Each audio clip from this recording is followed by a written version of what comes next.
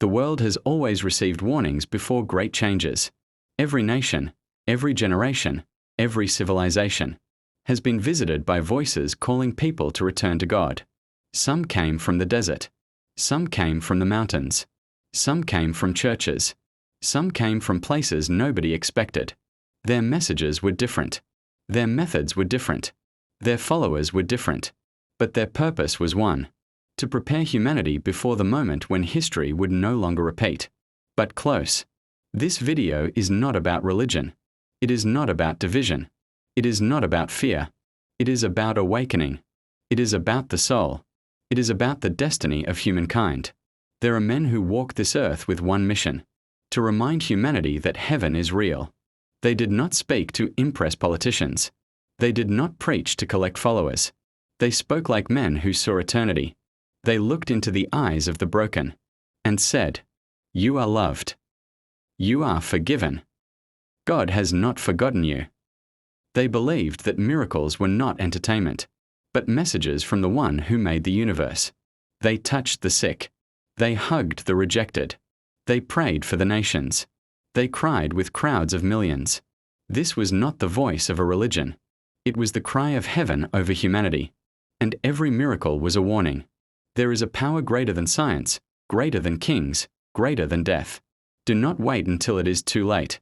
There are leaders who do not rule with crowns, but with compassion.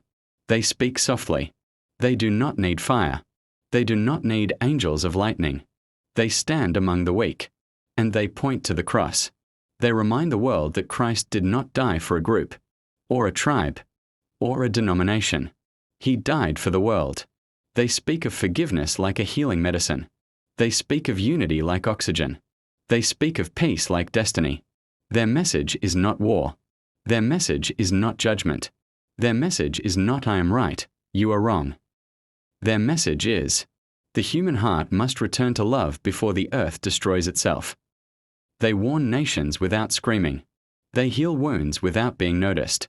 They sit with prisoners, with refugees, with orphans, with forgotten souls, and they whisper a truth that shakes the earth.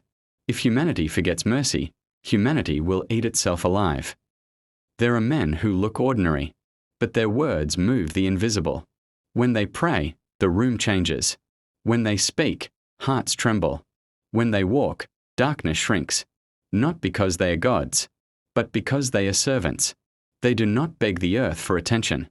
They do not kneel to politicians. They do not collect power like coins. They kneel before God. They cry in private. They suffer in silence. They carry the burden of nations on their backs. Their message is painful. Repent. Turn back. Stop the corruption. Stop the violence. Stop destroying what God has made. The world mocks them. Governments ignore them. Journalists attack them. Even believers fear them. But the spiritual realm listens, because such voices are not human inventions. They are instruments of divine warning. Before a storm, God sends thunder. Before a collapse, God sends a messenger. Before the end, God sends a final call. History repeats. Empires rise. Empires collapse. Civilizations flourish. Civilizations rot. Rome fell. Babylon fell. Egypt fell. Jerusalem fell. Europe burned. Nations drowned in their own pride. Not because God hated them, but because they rejected every warning. Humanity thinks it is smarter than heaven. We invent bombs. We build towers. We print money. We dominate the weak.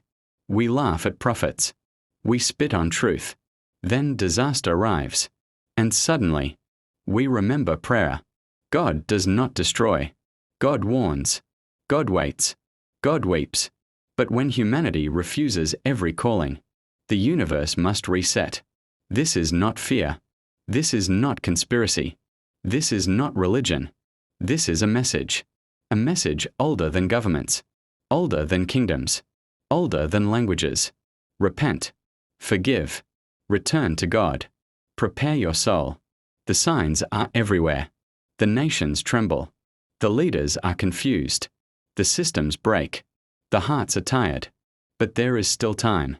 There is still mercy. There is still grace. The door of heaven is not closed. It is open for those who will listen.